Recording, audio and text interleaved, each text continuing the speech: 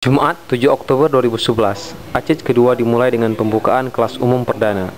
Materi yang disampaikan mengenai 1,8 triliun rupiah kasus korupsi di Aceh. Bersama Akhiruddin Mahjudin, Koordinator Gerak Indonesia, dan Hayatuddin, Kepala Bidang Advokasi Gerak Aceh. Dihadiri oleh 21 peserta dari mahasiswa ACEH pertama dan calon mahasiswa ACEH kedua. Berikut cuplikan materi dan testimoni peserta kuliah umum.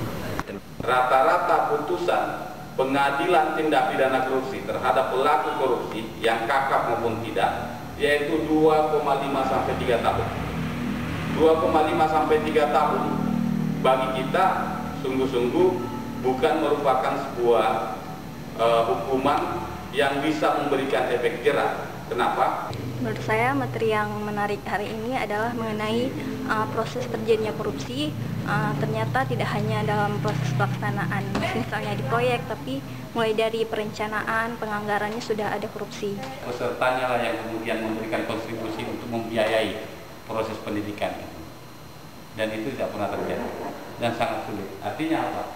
Dari kawan-kawan yang hanya katakan 50 orang, dalam satu angkatan ada 20 orang. Kalau satu orang saja dari situ jadi aktivis anti korupsi, sudah sangat luar. Antaranya bagaimana korupsi di Aceh sudah membumbung tinggi, artinya meledak. Yang bisa kita lihat beberapa kasus ada di Kejaksaan, di Kapolda. Ini seperti Kuopadi sendiri untuk Aceh yang proyek pembangunan yang dikerjakan oleh Kombatan sebenarnya kan tidak boleh melihat dari mana latarnya. Ya, korupsi tetap korupsi. Seperti ketika kita mengungkap indikasi penyimpangan pembangunan jembatan gantung di Tamiang, yang kerjaan itu Kombatan semua. Dengan bukan konsekuensi, kita sudah diancam. Udin Tamiang diancam, ingin dibunuh. Nah, itu artinya memang resikonya seperti itu. Cara-cara seorang koruptor melakukan koruptor, dan bagaimana cara langkah-langkahnya. Korupsi itu berarti dilakukan secara berjamaah dan rame-rame sehingga dapat terlaksananya korupsi dan akhirnya ditutup satu sama lain. Kemudian TV, bahkan mereka bisa memasukkan perempuan ketika dia butuh untuk melampiaskan syahwatnya. Nah, itu yang terjadi. Yang kedua, dalam prosesnya lagi banyak mereka menikmati remisi. Hampir setiap hari besar kemudian mendapatkan remisi. Lalu kemudian ketika dia menjalani 2/3 dari hukumannya, maka dia bisa bebas bersyarat, bebas percobaan.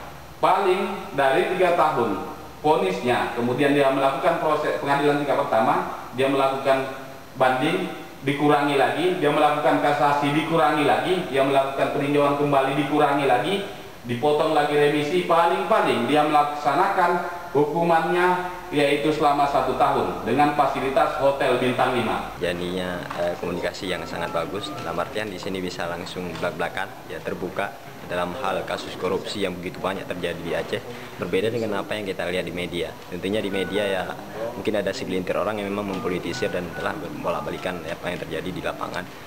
Harus lihat juga cara melihat data 1,8. Nah, 1,8 triliun coba dibagi dengan 60 juta.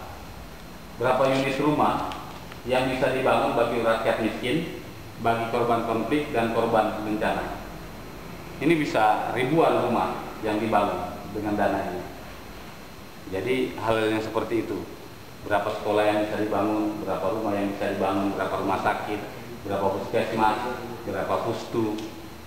Terus kemudian berapa warga Aceh yang bisa tertangani ketika sakit dengan dana sebesar ini.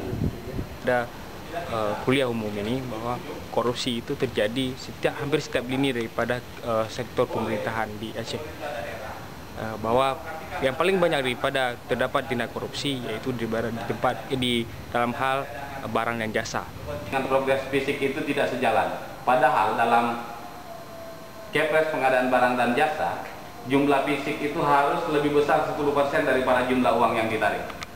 Misalnya jumlah fisik yang sudah diselesaikan di lapangan 50%, uang yang harus ditarik itu 40% atau minimal sama 50%.